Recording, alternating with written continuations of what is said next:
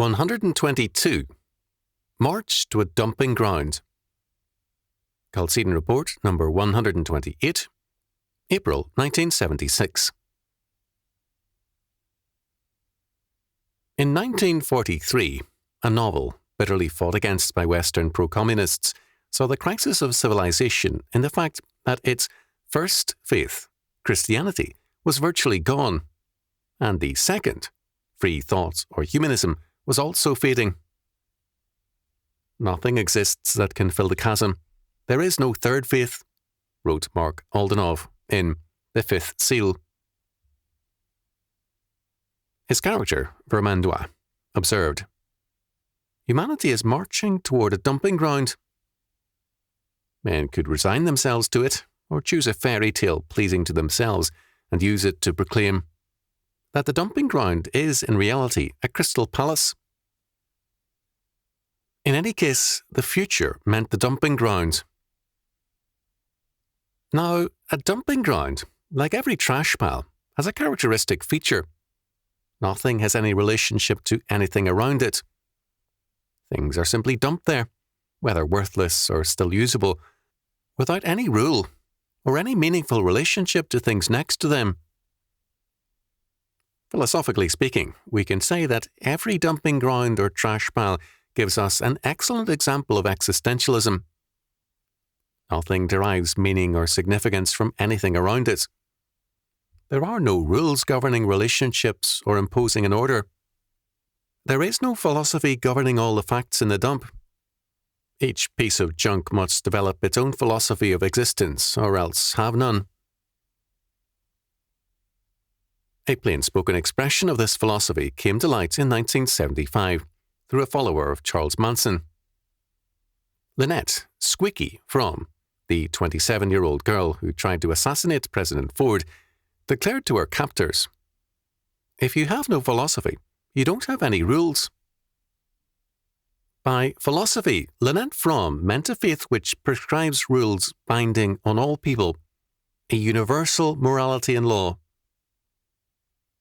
Existentialism is a philosophy which denies this emphatically, and existentialism, whether held formally or informally, is the defining faith of the 20th century. In Defiance, number 1, A Radical Review, 1970, one of the key declarations was simply this: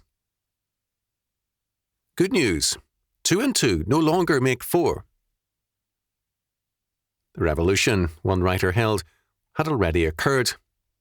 He was right, of course. The principles of relativism, of existentialism, that is, the philosophies of the dumping ground, have triumphed. When I cite the Defiance Gospel to some, they are shocked. 2 and 2 do make 4, they insist. However, when pressed about God's law, it is clear that they are existentialists about everything, except a few practical items, like arithmetic. Most 20th century men are, to some degree, existentialists. They object only when younger existentialists go a little further than they themselves are prepared to go. The dumping ground future predicted by Aldenov's Vermandois is increasingly apparent to more and more intellectuals and youths. Their answer is to look for that third faith. Hence the deep interest in Oriental religions, primitive faiths, magic, witchcraft, occultism, and much else.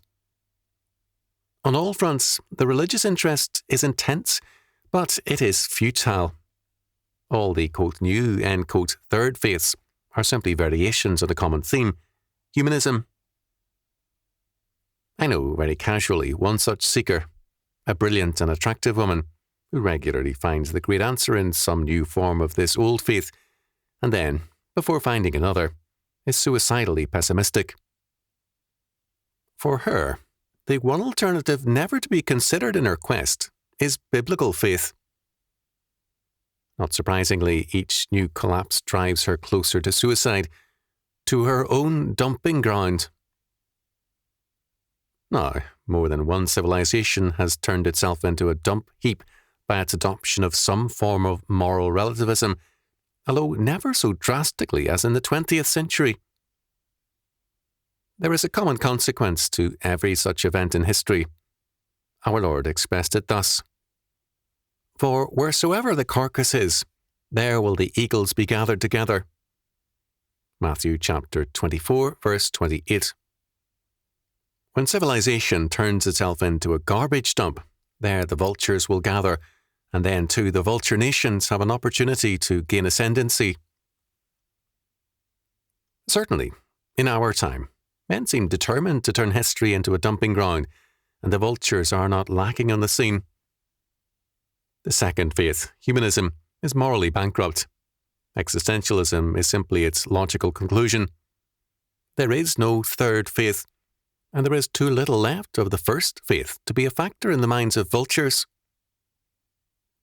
The churches have virtually all succumbed to the influences of the second faith, humanism. But the first faith, Christianity, alone offers hope.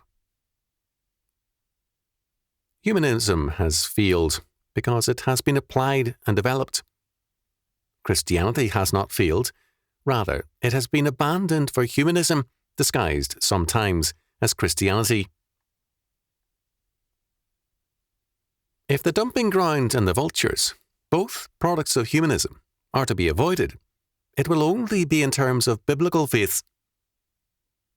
Existentialism can only destroy and negate. It must deny all meanings and relationships in order to affirm the autonomy and the ultimacy of humanistic man. Dodson Rader, writing also in Defiance, stated it clearly. To destroy all limits is, in a perverse sense, to be truly free. To destroy is to feel free.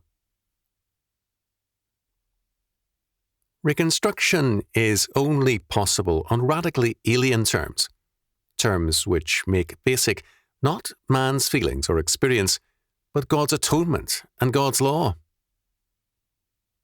Churchmen who deny the validity of God's law are humanists. They make man's feelings and experience basic to the faith rather than Christ's work and man's required response of faith and obedience.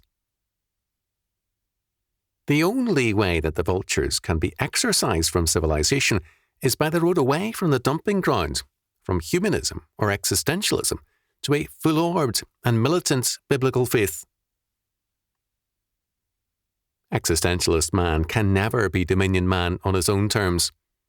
He has no word except himself, no meaning except his will, and no arena of operation except a vacuum.